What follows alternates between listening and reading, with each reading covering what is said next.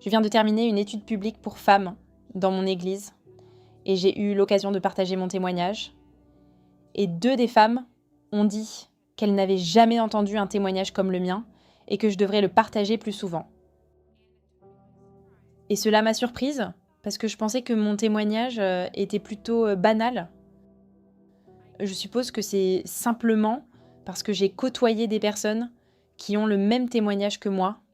Alors j'ai décidé que j'allais simplement le partager à nouveau. Ceci, c'est juste une version brève. J'ai grandi en allant à l'église méthodiste. Je suis partie en voyage missionnaire. J'allais à des festivals de musique chrétienne. J'allais au groupe de jeunes tous les dimanches. Ma mère me déposait à l'église chaque dimanche, ou bien c'était ma meilleure amie qui venait me chercher. Et j'étais super impliquée. Mais je ne connaissais pas le Seigneur du tout. J'y allais pour l'aspect social.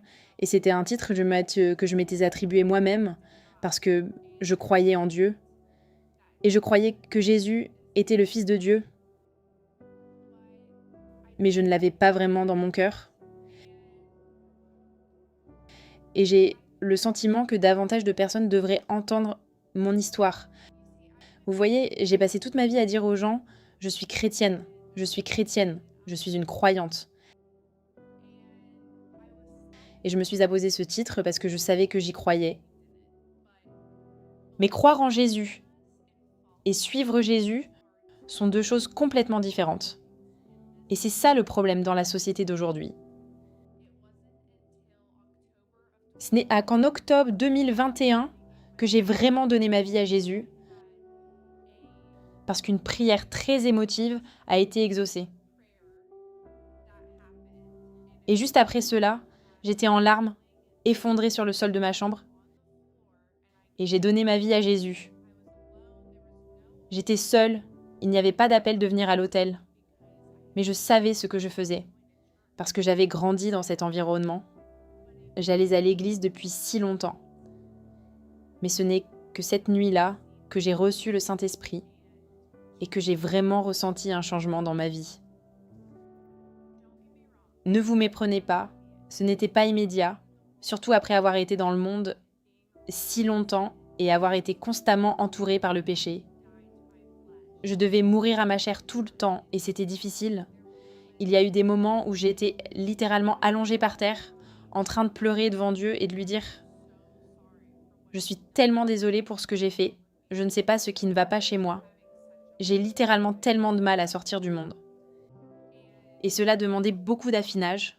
Je continue à être affinée, je ne serai pas parfaite tant que je ne suis pas au paradis. Mais ressentir ces convictions, après avoir donné sa vie à Jésus, est en fait rafraîchissant, parce que avant, je ne me sentais pas coupable de ces choses-là.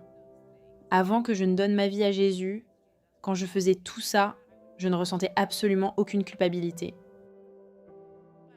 Mais je pense que la raison pour laquelle je voulais partager cela, c'est parce que je veux toucher les personnes qui disent être chrétiennes, mais dont la vie ne porte aucun fruit.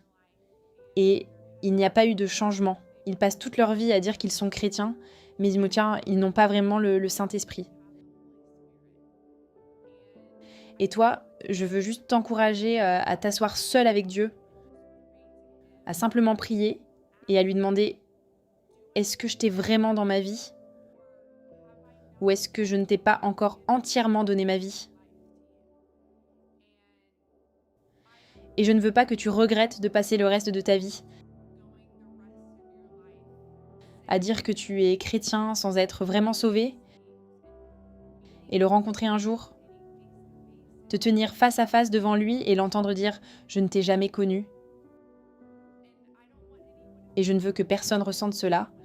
Et je veux aussi que tout le monde ressente ce que je ressens maintenant. Être de l'autre côté, être vraiment sauvé et voir sa vie transformée. Tellement de choses se sont passées depuis que j'ai donné ma vie à Jésus. Je n'arrive même pas à le décrire avec des mots.